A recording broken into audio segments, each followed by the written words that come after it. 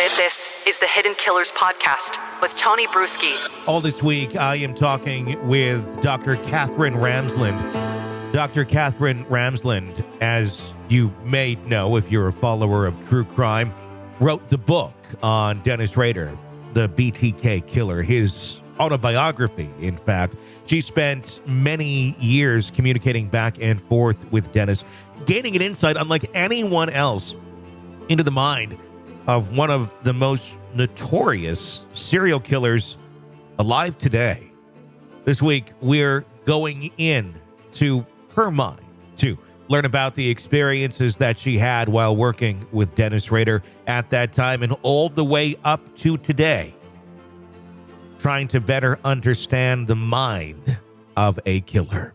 Join me all this week for parts 1 through 5 of my conversation with Dr. Katherine Ramsland right here on the podcast. He obviously continued on with more crimes. How did he gain the confidence to continue? Was it the fact that time had passed and he had not been caught, and that just kind of slowly built the confidence crime by crime? Yeah, I'm not sure it was confidence as much as compulsion. Okay. He didn't get caught, so that felt better, but he killed only 3 months later. It wasn't a very long time to pass. He didn't get caught. Nothing in the news suggested he had been seen, that they had a suspect or anything like that. And so then he thought, if he's more careful about the next person he's going to choose, then he minimizes his chances of being caught again. And so he scoped out a house where there was a young woman who lived alone and no dogs. So and he watched her routines, so he figured out when she'd be there, when she wouldn't. And so he's a lot more careful with the second incident.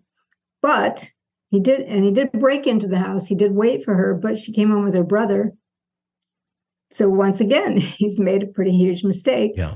And he put them in 2 different rooms, tied her up, but he struggled with the brother. Went to grab, he had 2 guns with them. The brother went to grab, Kevin was the brother. He went to grab one of the guns, and Rader really thought he was going to get shot and killed in this particular house. He did shoot Kevin and shot him in the head, but Kevin nevertheless, and thought he was dead, went back to the other room and heard Kevin run out. Kevin was able to get up and run out, even though he was shot. And so now Rader is realizing, oh my God, now we have a witness and I have very little time, but still he stayed. Yeah. And he didn't shoot her. He stabbed her because he had read about it in a magazine, that this is how some other killer had done it. And so it was an experiment. And he didn't like it. He didn't like stabbing somebody. It was horrible from his perspective. She was still alive when the police came. Yeah. But he had a plan. I think this is where he had a bag of groceries that he had stashed somewhere, and he could pick it up and look like he was just in the neighborhood shopping. Yeah. If somebody were to stop and ask, he would look like just an innocent resident getting something from the grocery store. In Wichita, I spent about 10 years there working at a radio station called KFDI, the big news radio station. Was there right after he was sentenced. And what I learned when living in Wichita is almost everyone has some sort of a connective BTK story, whether it's themselves, their aunt, their mom, their sister, their brother. There's always somebody who has some degree of separation from what they suspect may have been an interaction with Dennis Rader. Many stories of, well, I came home and the back door was open and it was at the time of when he was striking. And nothing happened, but a lot of people wonder, were they could have been a victim? I know he had that longer list. Did he talk about going out and scaring people or doing missions of just trying to see what the situation would be like, going into people's homes, not with the intention to kill that day, but to basically do reconnaissance on a home? Oh, he did do that. Now, I'll just say this. I get a lot of emails from people who are sure he tried to pick them up or he came in their house and they described things that didn't happen, at least from he wasn't in that neighborhood, or he wasn't there that day, or that was not his MO. Sure. So I do get, because everybody wants to think that was the only person who was out there doing this. And Sure. He wasn't by any means the only person doing these kinds of things. But yes, he would go into houses to check them out. He was actually a security system person. He would go into people's homes and install their security systems. Mm-hmm. So he did know layouts. He did know how security systems worked. If he identified a potential victim doing that, he would know how to set it up so he could let himself in. So he did do a few where he then did not go back, but certainly had ideas about possibilities. How did he talk about how he managed to balance home and murder life, if you will, home and work life? He has a great metaphor, actually. Yeah. Psychologists call this compartmentalization, which is a long word that isn't really as vivid as Rader's idea. He calls it cubing. Okay. And by that he means that take a cube, and on each side is an identity. So Boy Scout, volunteer, good husband, serial killer, thief, good father, church president, things like that. So if you think of each of the sides of the cube as being one of those identities, he could turn whatever side he needed, depending on the circumstances, and flip, make quick pivots to another one if needed. So he could be a good neighbor, but then he spots one of his neighbors, which did happen, that he thought would make a good victim, and bang, turn it back around. He's the serial killer now. But turn that back around, he's the good father when his daughter gets scared that a woman in her neighborhood had been killed. Yeah. Right. So it's all the sides are one person, but they're not visible to him when he's got one side turned out. Right. So Sure. I think that's a really interesting notion. He called them life frames, and that he can switch in and out of any given life frame depending on the circumstances. And that would only be achievable if you do not have any commitment to integrity or truth. And someone who's a narcissist, especially a psychopathic type of narcissist, doesn't. Their commitment is to themselves and to what they want.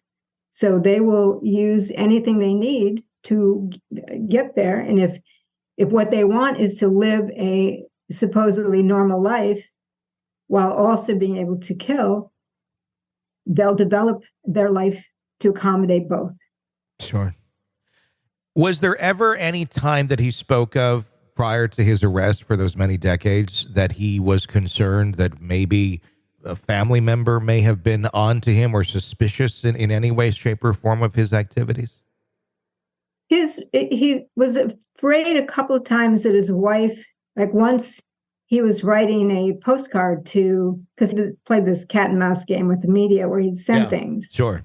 And once his wife caught him spelling something, she said, "You spell your words like that BTK guy." Oh. And he quickly covered and said, "Well, we probably went to the same schools with the same kinds of exercises and whatnot." Yeah. And there were a couple other things where, but the thing is, let me just say on her behalf, and on behalf of all families of these guys everywhere, no one is thinking the guy I live with is a serial killer, Sure. or my son or my daughter. They're not thinking that. They will see almost everything in the most benign possible way. So it's easy to say, well, okay, that makes sense. Or, well, you were out last night and this murder happened. Oh, okay, you were at the library. Okay. That's typically what people will do. Sure. They will not immediately go, well, wait a minute, you were gone and a murder happened, so you must be the murderer. Because that would make them automatically unsafe to think that. So, sure. People noticed a couple of odd things that made him sweat, but nobody really thought too much about it. And I think that's what you're going to find in one case after another of those serial killers who have families and have jobs and have obligations. Is it's very easy for people around them to not see how evil they are, how duplicitous they are, how manipulative they are.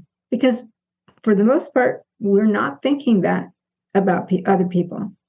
Did he ever actively try to condition his family in one way, shape, or form to help hide who he was? That's something I've been wondering about a bit with the recent Rex Heuermann arrest. Makes me wonder how much was going on with this family that slowly, insidiously, he got them thinking one way to hide his tracks, where otherwise they may look a little more evident. Well, it's not just family, it's friends, it's Sure. a co-worker. I mean, that's what a person who's living a double life, and whether it's a serial killer or someone just having an affair. Sure. A person living a double life is actively deceiving people on a regular basis to keep them from being suspicious. And since Rader wasn't killing anywhere near, except for in one instance, he wasn't killing where his family might say, well, wow, you knew that person, or you were last seen with that person. It wasn't anything like that. So why would they think anything? There's more to come in my conversation with Dr. Katherine Ramsland about the BTK Killer, Dennis Rader. Press subscribe so you don't miss any of our 5-part series here on the podcast. I'm Tony Brueski. Stay with us. This is an examination of the hidden human condition This is the Hidden Killers podcast with Tony Brueski.